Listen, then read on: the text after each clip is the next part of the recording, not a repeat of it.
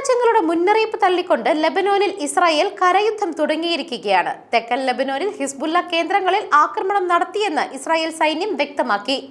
വടക്കൻ അതിർത്തി ഇസ്രായേൽ യുദ്ധമേഖലയായി പ്രഖ്യാപിച്ചു. അതിർത്തി ഇപ്പോൾ ഒഴിപ്പിച്ചിരിക്കുകയാണ്.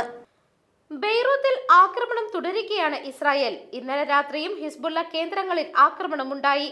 തിങ്കളാഴ്ച മാത്രം 95 പേരാണ് ലെബനോനിൽ കൊല്ലപ്പെട്ടത്. 172 പേർക്ക് പരിക്കേറ്റു. കരയുദ്ധത്തിന് തയ്യാറാണെന്ന് ഹിസ്ബുല്ലയും പ്രതികരിച്ചിട്ടുണ്ട്. അതിനിടെ ഹിസ്ബുല്ല മേധാവി ഹസൻ നസ്രല്ലയെ വധിച്ചതിന് പ്രതികാരം ചെയ്യുമെന്ന് ഇറാൻ പരമോന്നത നേതാവ് ആയത്തുല്ല ഖമനമി പ്രഖ്യാപിച്ചിട്ടുണ്ട്.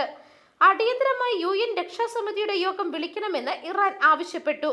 നസ്രുല്ലയെ വധിക്കാൻ കഴിഞ്ഞത് ചരിത്രപരമായ വഴിത്തിരിവാണെന്നാണ് ഇസ്രായേൽ പ്രധാനമന്ത്രി ബെഞ്ചമിൻ നെതന്യാഹു പ്രതികരിച്ചത്. ഇസ്രായേൽ ആക്രമണങ്ങളെ തുടർന്ന് ലെബനോനിൽ നിന്നും പലായനം ചെയ്തവരുടെ എണ്ണം 50,000 കടന്നു. News desk മെഗ്നവിഷൻ.